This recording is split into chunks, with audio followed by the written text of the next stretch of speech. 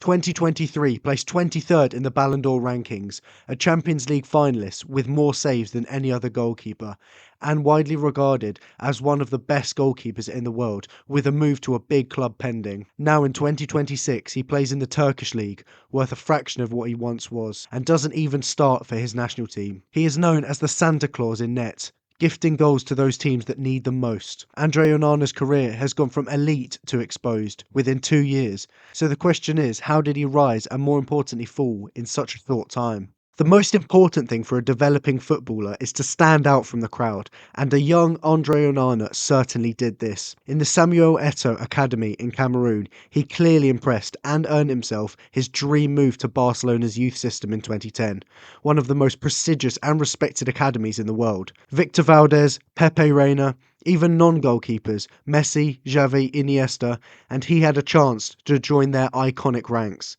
At Barcelona, he quickly became known for his confidence on the ball and his willingness to take risks, which later might have been his downfall. But at the time, he improved and improved, getting first-team experience at loan spells at UD Vista Alegre club and third division side Cornella.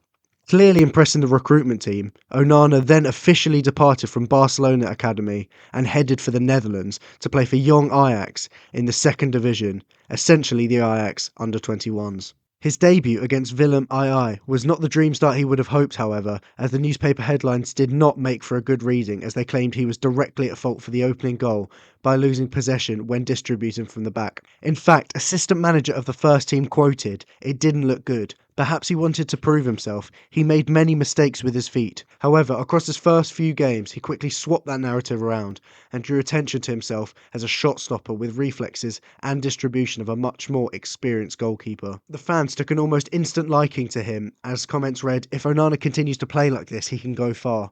That Onana is doing great." Things became even better for Onana over the next few months as he asserted himself as the starting goalkeeper for the Ajax under-21s, and in addition would make the call up to his national team in May of 2016. But this praise wouldn't come without its negatives, because whilst he was pulling off incredible saves 90% of the time, fans became normalised to the fact that he was maybe too prone to making mistakes than a goalkeeper should be. At this age in a keeper's career, mistakes were to be expected due to their lack of experience, but Onana's tendency for a calamity was definitely a caution to be watched further.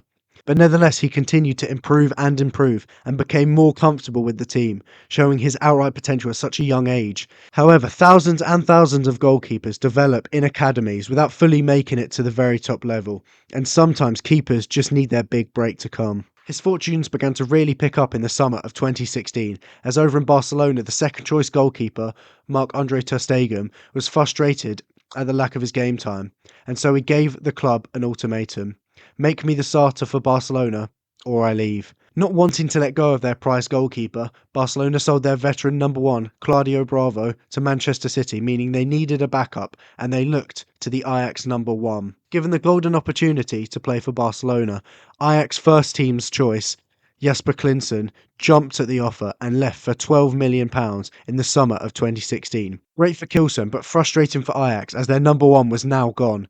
And with the lack of goalkeepers and time running out to sign a replacement, the club turned to their most promising replacement they had, one Andre Onana from the under-21s, giving him the first team chance that any goalkeeper hopes for. With the number one at Ajax gone, Onana got his chance and grabbed it with both hands. 32 league games played, 15 clean sheets, 20 goals conceded in the whole season, and that is without mentioning his success in Europe. Onana and Ajax won the group stage, then beat Warsaw, Copenhagen, Schalke, and most importantly Lyon in the semi-finals. Although Ajax did fall short in the final, Onana had already made an impression in European football. The media was recognising him as a real world-class prospect, and he was starting to get the credit of a big-time goalkeeper. It's not only the results that show Andre's abilities, however, as he has impressed me with his presence inside the box and his speed and strength. This summarising a dream start over Onana's life in the top leagues. He really was the modern goalkeeper, capable of stopping goals and then creating them from the back with his distribution.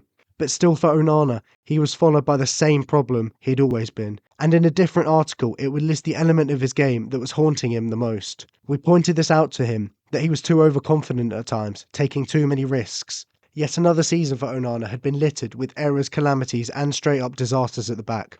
But the question was he slowly phasing these mistakes out of his game, or was there a much deeper problem? Going into the 17-18 season, he was Ajax's clear number one, and at 21 years old, he was keeping other and more experienced goalkeepers from the first team. Within the next few months, he saved penalties, made save after save, and put in some of the best performances of his career so far. Onana was definitely man of the match for me. Honestly, Onana was really on fire. Onana was very much a staple in this team, but the problem was that the team wasn't clicking like it should have been. They crashed out of the Champions League qualification, out of the Europa League qualification, and lost the league in the last month to PSV Eindhoven. Fans did have to wonder if Onana was the keeper to take them to bigger and better things, or was he just another decent keeper?